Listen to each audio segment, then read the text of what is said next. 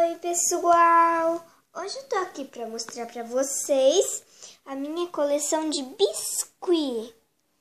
Gente, não são muitas coisinhas, porque eu ainda vou comprar mais e juntar mais, né?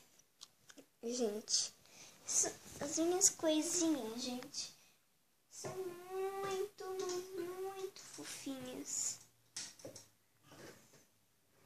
Né? Elas são bem fofas.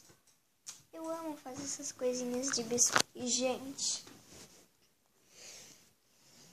Né? Desculpem. Então vamos começar. Aqui, gente, eu tenho pãozinhos, ó, pãozinhos.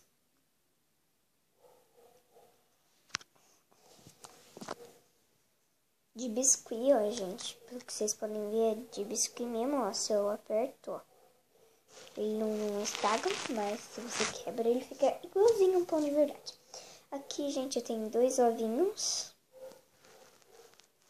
Que eles são assim, gente, porque eu tinha pintado essas maçãs aqui, ó. Eu tinha pintado essas maçãzinhas aqui, gente. Daí, eu pensei que não ia ficar marca, porque eu limpei bastante. Daí acabou acontecendo isso, ó, gente, as maçãzinhas, elas têm um furinho aqui, ó. Elas por dentro é branco, igualzinho uma maçã de verdade. Agora, gente, aqui são outros pães, ó, bem bonitinhos, ó. Aqui,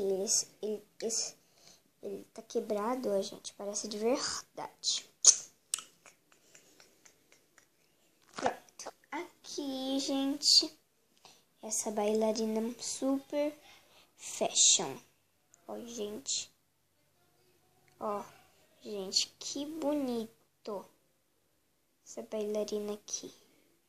Que bonito, gente. Muito bonito, ó. Tem essas florzinhas, essa sapatilha. E que tem até brinquinhos, ó. Ó a carinha. Ó como ela é bonitinha, gente. Agora, esse garotinho aqui é parecido com o Ben 10, mas aqui, gente, eu fui no aniversário, né, que era do Ben 10, né? Daí, gente, tinha essas coisinhas, veio com, acho que uma lembrancinha. Eu não lembro o que veio, né, porque já faz um tempão. Daí, ó, não souberam copiar o Ben 10 direito, ficou assim, ó, gente. A pessoa que fez não fez direito. Ó, pode colocar coisa dentro.